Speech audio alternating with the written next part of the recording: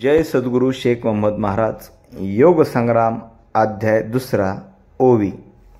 मेदिनी सारिखा सद्गुरु दाता, कुधळी सारिखा शिष्य खोदिता, तेथे निज निराची पूर्णता, उचंबळे हृदयी. संत शेख मोहम्मद महाराज आपल्या गुरूंना वेगवेगळे प्रश्न विचारतात.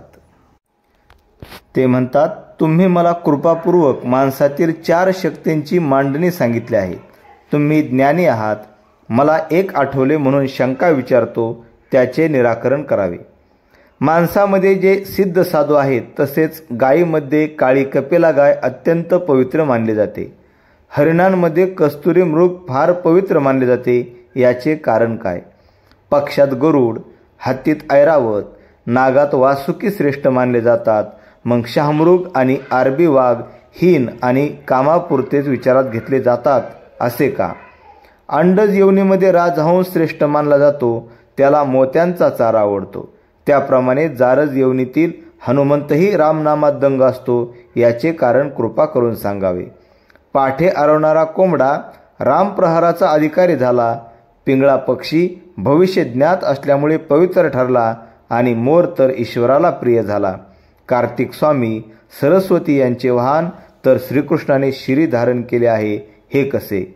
उद्वीज म्हणजे वृक्ष वनात पुष्कळ आहेत, पण त्यामध्ये चंदनाचे झाड अत्यंत सुगंध देणारे आहे. तसेच वाळा, वेलदोडा आणि वेगवेगळी सुवासिक फुले आणि वेली वनात सुगंध निर्माण करतात. हे कसे? तुळसी, बेल, आघाडा उत्तम औषधी म्हणून पवित्र झाली. बेलफळ तर अमृतफळ म्हणून प्रसिद्ध झाले. तांदूळ तर पूजेसाठी पवित्र ठरले. खारीक, खोबरे, अग्र, चंदन याला तर आगळेच पवित्रपण आहे. जारज, अंडज, स्वेदेज व उद्बीज या 4 खाणी व त्यांचे महिमान वर्णन करू लागले तर ग्रंथ मोठा होईल. खनिजाच्या खाणीत हिरे, माणिक अशी विविध प्रकारची सतेज आणि निरनिराळी द्रव्ये साकारलेली दिसतात. पंचमूळ धातू म्हणजे ताम्र, लोह, सुवर्ण, चांदी, रुपे हे कोणत्या कारणासाठी निर्माण झाले हे मला आपल्या सुमधुर वचनांनी सांगावे. त्यावर सद्गुरू म्हणाले, तू योग्य दृष्टीने अगदी साखरेची साल काढलीस, म्हणजे अंतरंग उलगडवायास लावणारे प्रश्न विचारलेस.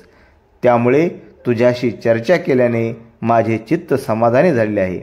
आता तू चित्त विचलित न करता एकाग्र होऊन शब्दांच्या अर्थप्राप्तीकडे लक्ष दे व अंतर उल्हासाने श्रवण कर. हे शिष्या, ज्ञानविज्ञानाची मांडणी तू मला विचारावी आणि मी तुला सांगावी, कारण ज्ञानविज्ञानाची जाणीव सर्वांठायी आहे. मात्र सद्गुरूंशी संवाद केल्याशिवाय कळत नाही. ज्याप्रमाणे जमिनीत पाणी सर्व ठिकाणी आहे, परंतु खोदल्याशिवाय ते सापडत नाही. मेदिनी म्हणजे पृथ्वीसारखा सद्गुरू सर्व काही देणारा असेल आणि कुधळीसारखा खोदणारा शिष्य असेल तर सद्गुरूच्या हृदयात उचंबळणारे ज्ञान उसळी मारून अंतःकरण फुटून बाहेर पडते. पुढे सद्गुरू सांगतात, जारज, अंडज, स्वदेज व उद्बीज या 4 शक्तींच्या 4 खाणीतून सगुण जीवांची निर्मिती होते. त्या सर्व खाणीवर परमात्मा सारखीच कृपा सावली करतो. स्वप्न, सुषुप्ती, तुर्या आणि जागृती या अवस्था निद्रित स्वरूपात जीवाच्या ठिकाणी असतात. त्या संत कृपेने निद्रेतून बाहेर पडतात. हा संत कृपेचा महिमा आहे. हे तू आता ऐक. जागृती आणि तुरीय अवस्था हे तुझ्याच कृपेचे मोठेपण आहे. तेव्हा त्या शक्तींचे ज्ञान करून देण्यासाठी प्रेमरूपी, कृपारूपी पान्हा मला पाज.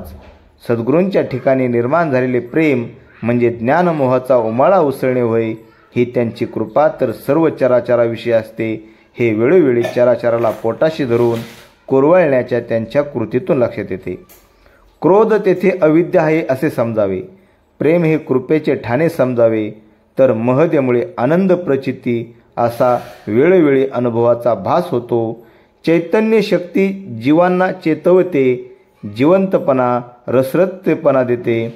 महदा शक्तीने क्रियाशीलता, हालचाल, व्यवहार घडतो. मात्र अज्ञान, अविद्या ही या सर्व गोष्टीविषयी भयंकर आहे. अघोरी निद्रा जीवांना घडविते. निद्राशक्ती ही महाकाली आहे. ती या चैतन्य आणि महदा शक्तीवर नेहमीच विजय मिळवून धुमाकूळ घालते. ती सुषुप्ती स्वरूपात लढिवाळपणाने गोजिरेपणाने लिंग देहाला छळविते. रामकृष्ण हरी.